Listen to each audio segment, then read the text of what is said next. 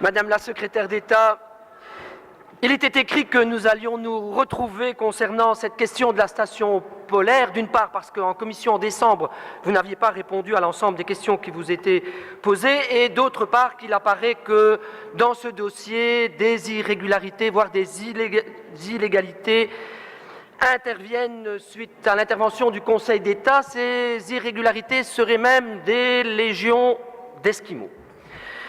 Madame la secrétaire d'État, il vous est reproché d'avoir, ni plus ni moins, contourné la loi, notamment en nommant 5 experts auprès de Belspo. Et la loi pourtant du 24 juillet 2009 est bien claire à ce sujet. Seul le secrétariat polaire est chargé de la gestion financière et matérielle de la station scientifique. Et à la lecture des missions de ces experts, on constate en tout cas pour le moins interpellant la similitude des tâches et la confusion entre celles, d'une part, de Belspo et d'autre part, du secrétariat polaire. Madame la secrétaire d'État, en arrivant à ce poste, vous aviez 2 obligations auxquelles vous deviez répondre. D'une part, il fallait envoyer des scientifiques en Antarctique et d'autre part, il fallait respecter la loi. Force est de constater qu'à ces 2 niveaux, vous avez échoué. Je peux comprendre que vous ne soyez pas d'accord avec la législation, mais alors venez avec des propositions au sein de ce Parlement pour modifier et faire évoluer la législation. Jusqu'à preuve du contraire, ce n'est pas le cas, et jusqu'à preuve du contraire également, nous sommes dans un état de droit et vous n'êtes pas au-dessus des lois. Je voudrais vous inviter d'ailleurs à faire vôtre la maxime de Kant qui disait « Le devoir est d'accomplir une action par respect pour la loi ». Eh bien, l'action que je vous invite à accomplir, Madame la secrétaire d'État, c'est de nommer les membres du Conseil stratégique dont l'absence empêche l'État de remplir ses missions en Antarctique. La Belgique renvoie une image déplorable auprès de ses partenaires internationaux et donc cette mission scientifique devient vraiment urgente. Comment expliquez-vous les similitudes entre les missions des 5 experts Belspo et les missions du secrétariat polaire? Qui aujourd'hui, gère la station polaire et quand allez-vous nommer le conseil stratégique du secrétariat polaire? Voilà nos questions, Madame la secrétaire d'État. Merci, Monsieur Seneschal. Madame Sleurs. Mot de Monsieur Seneschal, permettez-moi d'abord de vous rappeler ce que le gouvernement a mis dans son accord de gouvernement en ce qui concerne le secrétariat polaire et la gestion de la base polaire. Le secrétariat polaire adoptera la structure d'une AISBL au sein de laquelle les États parties maintiennent un intérêt majoritaire dans la gestion.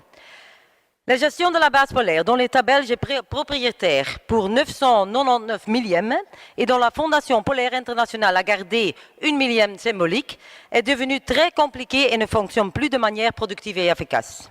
La décision du Conseil d'État en septembre 2016 sur la suspension de l'arrêt royal de 2015, qui prévoyait un conseil stratégique renouvelé, montre que les limites du modèle actuel sont atteintes.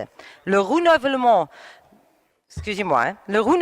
du Conseil stratégique n'a donc pas de sens. L'action cadre et la composition ont prouvé que le modèle actuel ne fonctionne pas. Je peux vous informer que je travaille aujourd'hui sur un modèle futur durable de la propriété et de la gestion de la base polaire belge. Ce modèle assurera l'avenir de la base polaire et la recherche scientifique et mettra fin aux procédures judiciaires. Ce sont ces procédures qui empêchent aujourd'hui toute gestion rationnelle de notre station polaire.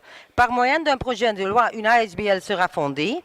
La Fondation polaire internationale aura l'occasion de participer dans cette AISBL, aussi bien comme d'autres partenaires équivalents privés et non préférentiels et des pays intéressés. De cette façon, un modèle futur durable de la propriété et de la gestion de la base polaire belge sera mis en œuvre.